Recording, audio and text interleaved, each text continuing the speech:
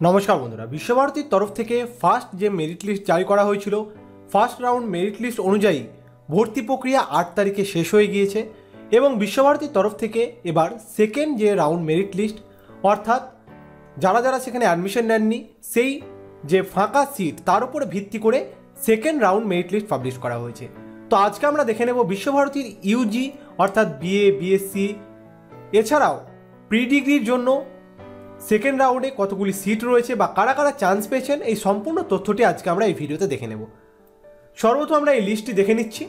দেখুন কি বলা হয়েছে, round 2 rank of candidate who have receive SMS and email for admission to UG and pre degree courses of Visva Bharati 2020।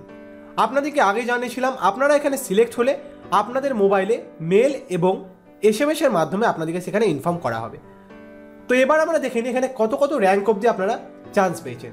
দেখুন ভাষা ভবনে এখানে সম্পূর্ণ ভাষাগুলি রয়েছে, অর্থাৎ জাপানিজ, চাইনিজ, ইন্দো তিব্বেতিয়ান, তারপরে বাংলা, ইংলিশ, হিন্দি। বাংলার জন্য এখানে যে সেকেন্ড রাউন্ড সেখানে দেখুন চান্স পেয়েছে 11 থেকে 21 পর্যন্ত যাদের নাম রয়েছে, 11 থেকে 21 র্যাঙ্কের মধ্যে যারা রয়েছেন তারা এখানে চান্স পেয়েছেন সেকেন্ড রাউন্ডে, যারা জেনারেল ক্যান্ডিডেট কম্বাইন্ড লিস্টে। তারপরে ওবিসিতে দেখুন 9 থেকে 16, এসসিতে 6 থেকে 7, এসটিতে 3 থেকে 4, পিডাব্লিউডি র্যাঙ্ক 2, তারপরে ইডাব্লিউএস যারা রয়েছেন ইকোনমিক্যালি উইকার সেকশন তাদের জন্য 5 থেকে 6। এবার যারা ইন্টারগ্রেটেড অর্থাৎ যারা বিশ্বভারতীতে পড়াশোনা করতেন ইন্টারগ্রেটেড যারা, তারা হচ্ছে 14 থেকে 18। এইভাবে যে র্যাঙ্ক সেগুলি এখানে দেওয়া হয়েছে। তো ইংলিশের জন্য দেখুন র্যাঙ্ক 10 থেকে 16, এইভাবে সম্পূর্ণ র্যাঙ্কটি এটি হচ্ছে ইংলিশের। এই দিকটা হচ্ছে ইন্টারগ্রেটেড অর্থাৎ যারা বিশ্বভারতীতে অলরেডি পড়াশোনা করে তাদের জন্য, আর এই দিকটা হচ্ছে যারা এক্সটার্নাল ক্যান্ডিডেট আছেন অর্থাৎ যারা বাইরে থেকে আবেদন করেছেন তাদের জন্য। তো এবার আমরা অন্যান্য যে সমস্ত সাবজেক্ট রয়েছে তাদের দেখে নেব।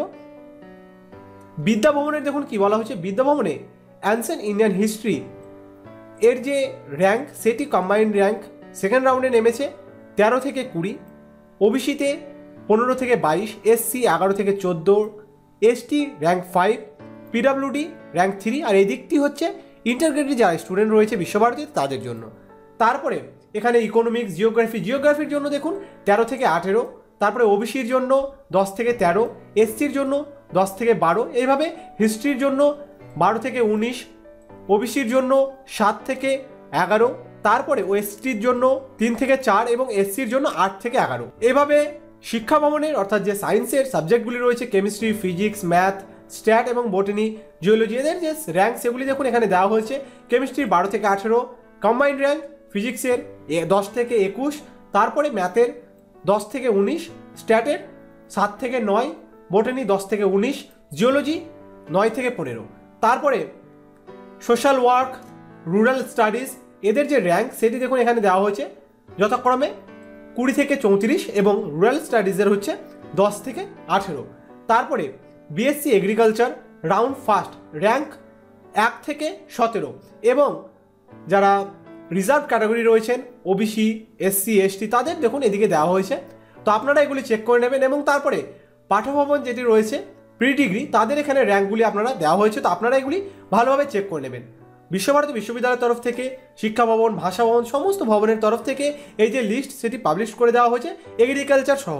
তো আপনাদের কি SMS বা মেল এসছে সেটি অবশ্যই নিচে কমেন্টে জানান, আর চ্যানেলে নতুন হয়ে থাকলে সাবস্ক্রাইব করে বেল নোটিফিকেশনটি অল করে রাখবেন। ধন্যবাদ।